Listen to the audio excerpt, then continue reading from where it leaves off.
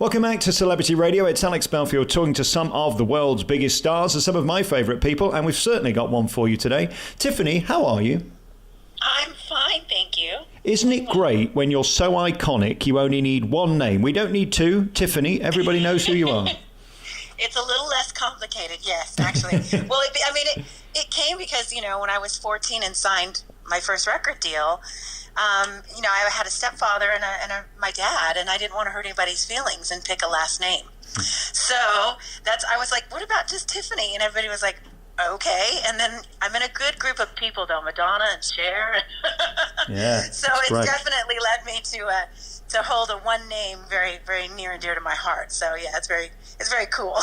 You've had amazing success throughout your life, and you've always worked. You've had so many hits, Could Have Been, and I Saw Him Standing There. But you've sort of been defined by that radio classic, which I never get bored of playing. I Think We're Alone Now. I don't think there's a better party song for the radio. It's glorious. Thank you for that. Oh, you're welcome. Well, thank you. I mean, there's something about that song. It just makes people feel good.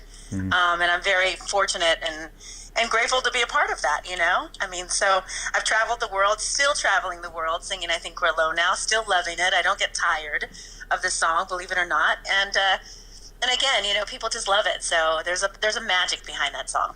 Tell me about when you knew that was going to be a hit. Is it one of those things you record it and you just put it out there and hope for the best, or did you always have a feeling that it was going to be the song that ultimately could define you? Well, I mean, again, I recorded the song at 14, so I think I was just riding the wave, excited to be in the studio, and that my dreams were coming true. I don't think I knew what to expect, really. I didn't think ahead, like, this is going to be successful and I'm going to get on the plane and tour the world. When it was all happening, it was, it's the best feeling ever, but it was such a new adventure. I mean, I remember the first time I landed in the UK and I just was like, oh, people know my name. People are wearing jean jackets. No way, You kind of see that from the magazines, but it's nothing like being there and then having that feeling. So, for me, like I said, since the 80s, I've done the mall tour, then, toured, and I haven't stopped with music. Music has been my life. I've still been writing and producing and, growing behind the scenes, and I'm really excited about the new album and the show on the 3rd. Let's just go back to the beginning, if we may. Can you ever remember not being famous? Yes, I can. Just normal high school stuff. I was pretty much a pretty average student, but I've always been a go-getter. So, I was really great at geography and history. So that's probably good for what I do. Yeah. I was always just about music. From the time I was a little girl, really. I sang around the house. Nobody came from the music industry, so nobody, in my family knew how to really help me or that I was even really serious until about 9 years old, when my stepfather just, really said, okay, you keep singing and you'll sing in front of strangers.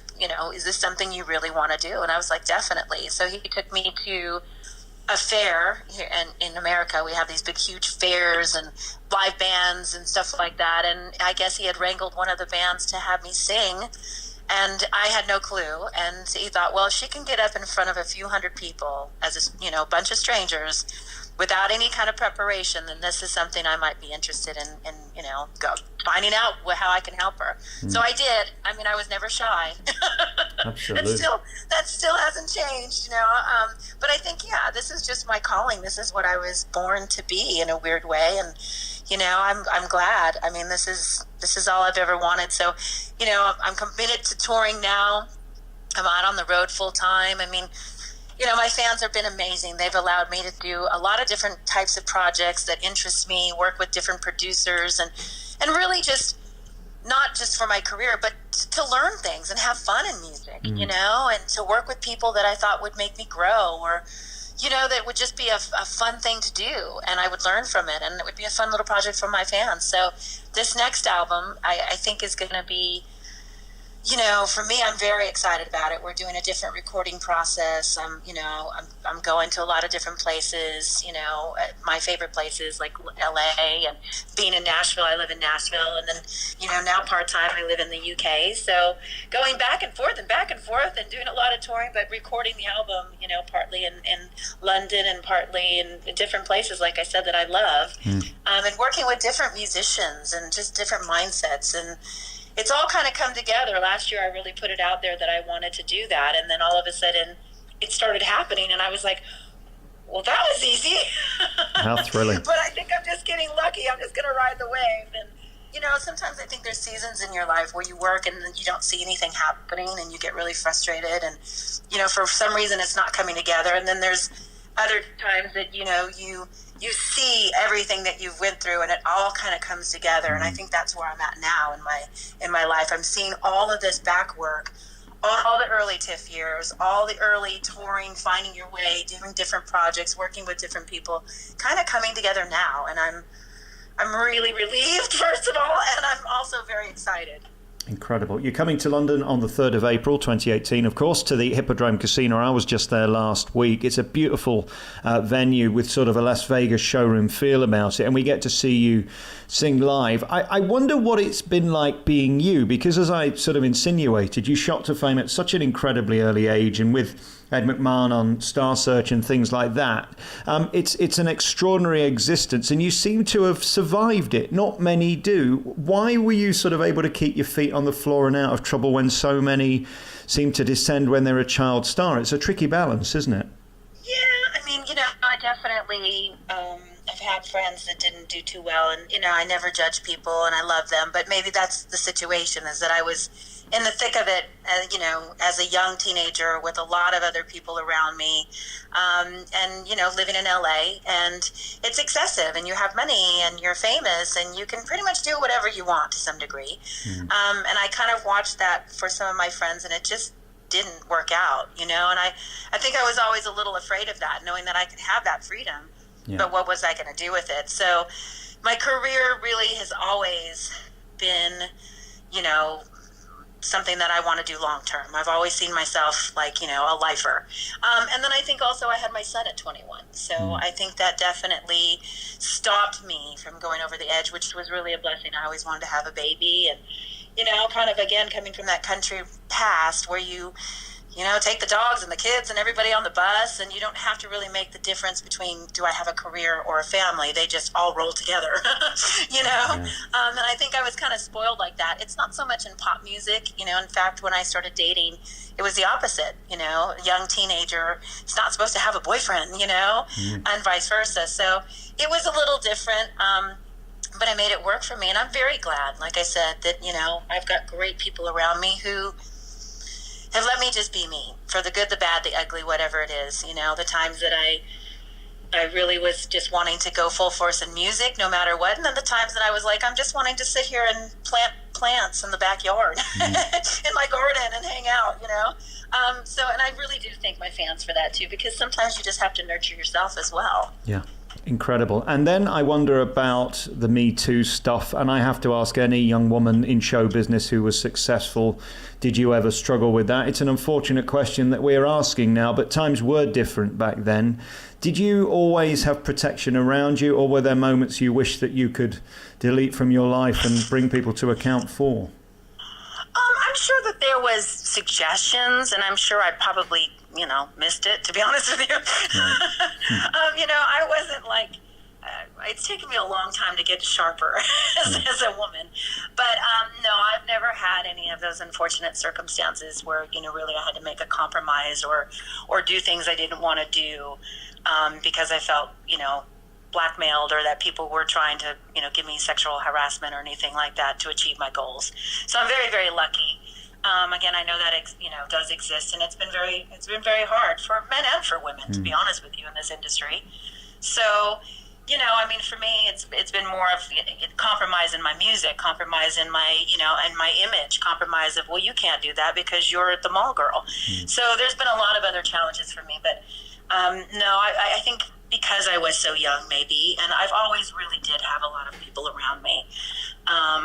So So my fight was in something completely different, just really trying to be a valid artist was 15 years of my life, up until about 2003 when I recorded an album called The Color of Silence, and it was critically acclaimed. And finally I kind of got that stamp of approval, and that I am a real artist and I really can sing, and I'm a songwriter and producer, and I'm not just the mall girl. So that's been my journey, and I think it's still happening now. I mean, to be able to debut my new music in London on the 3rd is a dream come true. I mean, it's not a different sound. It's probably the sound that I've always heard myself, which is a little more rock, a little more pop rock. I mean, my idols and people have always been like Hart and Stevie Nicks. So I think you've always heard a little bit of that on the records, my love for rock music and my edge. But this record is really going to kind of, really solidify that a little bit. And I'm so excited with this writing process and how we're going about things. And it's the music is very powerful. It's a full band experience. Of course, you're going to get retro as well. But, the new stuff I think is going to surprise a lot of people. Oh, fantastic. And I guess it's feeling you now. You're at a place where you can be authentic, you make the rules, and you're creating the music that you want to perform to people. That's so liberating. Oh, yeah. I mean, it's taken me a long time to kind of learn how to be an independent, because I've always had the big record deals and stuff, which are great. But, I mean, sometimes, timely fashion things don't get done. And then, there's been so much up and down in the music business and change that, for me, the last experience was like, well, when we make an album and I tell my fans and I expect it to get out there. And sometimes your hands are tied when you have the big machine behind you. And it's just heartbreaking. So, I've got a great team of people. I've got a lot of in-house people. We will have, I have signed with a small little label out there. So I do have a team of people, but we're going to really do what we say we're going to do. That's fantastic. And get it out there. And, there's no more satisfaction for me than, to have my fans instantly get the music and be able to buy, concerts, tickets to my shows and stuff like that. And we have our moments. I mean, that's what I live for. Could you indulge me with a couple of stories backstage where you bumped into somebody in a green room who was amazing, or over the years you've met them, you've had one of those pinch you moments? Because with such a long career, you must have literally met everybody. Oh, yeah. I mean, getting to know Stevie Nicks and hanging out with her and going to her shows and getting advice from her and just being in her presence is amazing. I mean, she's given me such encouragements with my music, which has been awesome.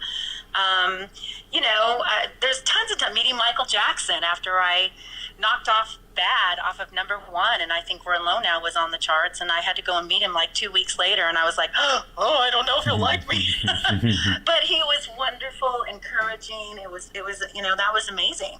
And he didn't have to be, because, I mean, I had just knocked his song off the number 1 spot. Yeah. But I've been really lucky to work with great musicians and to, in passing, meet people who are very encouraging. Cyndi Lauper, her advice was, enjoy it, but make sure it's always you. And make sure you have good people around it. But just make sure that you like it, that you're living your life, it's not just a career, it is your life. And have fun with it. And don't let people, pressure you so much where it just becomes a drag to you. Because I think that's what happens with musicians sometimes, that this is our love, the music part of it, but it is a schedule, it is a business, and then all the other stuff kind of invades a little bit, and it gets a little hectic, and we get our wires crossed, and it becomes in a different place. So I thought that was great advice that she had given me. Amazing. Hanging out with Ringo Starr at the Hard Rock Cafe was amazing when I was 16. I was like, this is cool. That's incredible. Yeah, what a joy. Cool. And again, I don't want to be negative, but it does seem like you were there in the halcyon days. I mean, pop in the 80s was mega. It was it. Now it feels like anybody can have a number 1 because so few singles are sold. The whole business has changed. You were certainly there in the heyday, weren't you?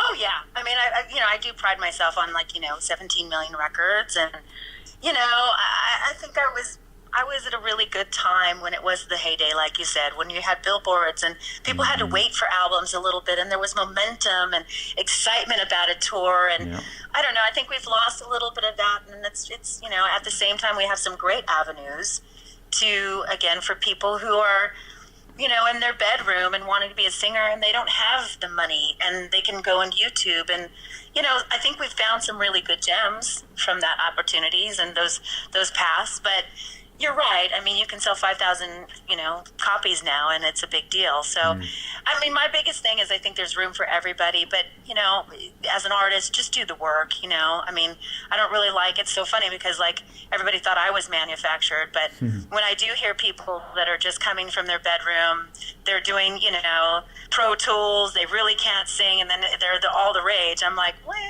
I don't know about that. But, I mean, they show up for their tours and stuff like that. That's okay. But I do like to have a little bit of talent behind all of it and work behind all of it, because I think you get better as a musician. There's nothing like doing the work and sometimes failing, to be honest with you, that you dig deeper. Incredible. Let's talk about the new album and come up to date in 2018. You mentioned that it's a new sound, but it's really you being authentic. What are we going to get then? What are you actually sort of teasing us with in this new album? Or will we get to hear any of it on April the 3rd in London at the Hippodrome? Well, yes, because we're debuting the new music there. So that's very exciting. And, I think you're going to hear me, come alive. I think this album really, for me, is everything I've ever wanted, and really it's at such a good time. You do albums and you grow, and that's the whole point. And I think there's something now I'm touching on that is like all that back work is coming alive. Right. I'm working with some musicians out of London, Mark and Oliver Alberici, they're two brothers. And they're actually in a band called The Killing Floor. So Mark has been my tour manager, and then, I don't know, I've always thrown out to people on the road with me, it's just easy. Hey guys, I'm gonna write. Let's write an album, or let's write some stuff. Look, we're out here for hours and hours and days.